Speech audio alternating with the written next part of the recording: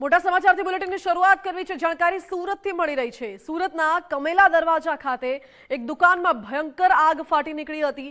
Millennium એક માર્કેટમાં આવેલી દુકાનમાં આગ લાગી હતી। માર્કેટના બીજા અને ત્રીજા માળે ભીષણ આગ લાગી। જો કે ફાયર વિભાગની 20 થી વધુ ગાડીઓ ઘટના સ્થળે પહોંચી હતી અને આગને બુઝાવવાની કામગીરી શરૂ કરવામાં આવી છે। ભારે ધુમાડાના કારણે આગ પર કાબુ મેળવવામાં ભારે મુશ્કેલી પડી રહી હોય તેવી પણ માહિતી મળી રહી છે।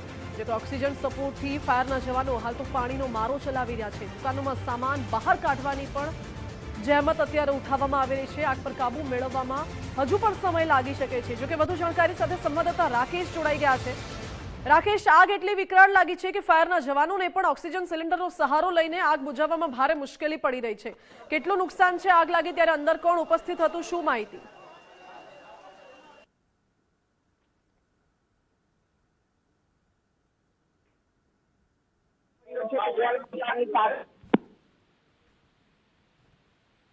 રાકેશ સાથે ફરી જોડાવાનો પ્રયત્ન કરીશું। અત્યારે તો એ દ્રશ્યો કે જ્યારે ફાયરના જવાનોને પણ ભારે મુશ્કેલીનો સામનો કરવો પડી રહ્યો છે।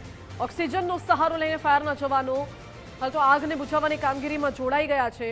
આગ પર કાબુ મેળવવામાં હજુ પણ સમય લાગી શકે છે। જો કે સવાલ એ છે કે આ આગ કેવી રીતે લાગી? આગ લાગી ત્યારે શું અંદર કોઈ ઉપસ્થિત હતું કે કેમ? અહીં જે માલ સામાન રાખવામાં આવ્યો હતો એમાં કેટલા મોટા પાયે નુકસાન થયું છે? આ પ્રકારના ઘણા બધા સવાલો ઉઠી રહ્યા છે।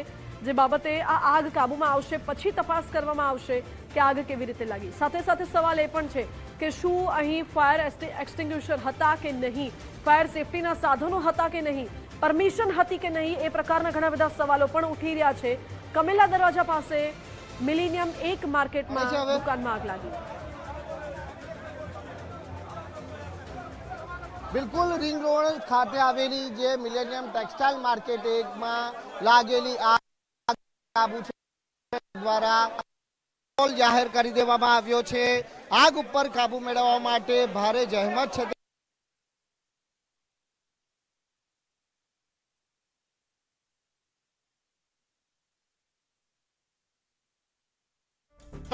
માલને બચાવવા માટેનો પ્રયત્ન કરવામાં આવી રહ્યો છે। વેપારીઓ ઉપસ્થિત છે। જણાવજો કઈ રીતે અહીં આગ લાગી છે અને શું આગ કંટ્રોલમાં આવી?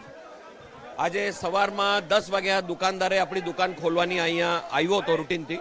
એને દુકાન ખોલી અને દુકાન ખોલ્યા પછી એનો જો એસીનો ડક છે, આપણે શું કહેવાય એને, अंदर का जो बॉडी है एसी का इंडोर गिर गया नीचे। गिरने से वो गैस फैल गई। फैलने की वजह से वो आग लगी, ऐसा उनका कहना है। और उसी हिसाब से वो आग बढ़ गई और ये आग बढ़ने की वजह से यहाँ पे धुआं ज्यादा हो गया। बाकी एक जगह पे ही अभी तक वो आग लगी हुई है और वो अभी कंट्रोल में है। पहले से स्थिति बहुत पूरी नियंत्रण में। ऐसी कोई स्थिति नहीं है कि कहीं भगदड़ हो जाए। बढ़िया है, अभी कंट्रोल तो हो गया है। नुकसान किस तरह? देखिए अभी वो दुकानदार के अंदर माल कितना था ये मालूम नहीं। बाकी पूरा ब्लॉक उसका खराब हो चुका है। उसके अंदर माल जितना भी होगा वो प्राय एक लेवल तक का जला हुआ है। तो बिल्कुल अंदाज ચોક્કસથી સેવાઈ રહ્યો છે। વિભાગના અધિકારીનું શું તે પણ આપણે જાણવાનો પ્રયત્ન કરીશું। હાલ હા, અહીંયા માર્કેટમાં આગ લાગેલી, હાલમાં કંટ્રોલમાં છે। હાલમાં કુલિંગની કામગીરી ચાલુ છે। સંપૂર્ણ આગ કાબૂમાં આવી ગઈ? હા, અત્યારે કંટ્રોલમાં છે। ઓલમોસ્ટ કુલિંગની કામગીરી ચાલુ। તો બિલકુલ ફાયર વિભાગના જણાવ્યા અનુસાર હાલ આગ મહદઅંશે કાબૂમાં આવી ચૂકી છે, પરંતુ જે કુલિંગની કામગીરી છે તે કરવામાં આવી રહી છે। જે કાપડનો જથ્થો છે તે મોટા પ્રમાણમાં અહીં સંગ્રહ કરી રાખવામાં આવ્યો છે અને તેના કારણે જે એસીમાંથી લાગેલી આગ છે તે દુકાનો સુધી પહોંચી હતી અને ત્યારબાદ છે તે ફાયર વિભાગને જાણ કરાતા ઘટના સ્થળે પહોંચેલી ફાયર વિભાગની ટીમે મેજર કોલ જાહેર કર્યો છે। ત્યારે હાલ સંપૂર્ણ રીતે આગ કેટલા સમયમાં કાબૂમાં આવશે તે કહેવું મુશ્કેલ છે, પરંતુ ફાયર વિભાગના મુજબ હાલ પૂરતી આગ મહદઅંશે કાબૂમાં આવી ચૂકી છે અને તેના પર જે કુલિંગની કામગીરી છે તે હાલ ચાલી રહી છે। જી રાકેશ, આભાર આપનો। એટલે મહદઅંશે આગ કાબૂમાં આવી ગઈ છે, કુલિંગની પ્રક્રિયા ચાલી રહી છે।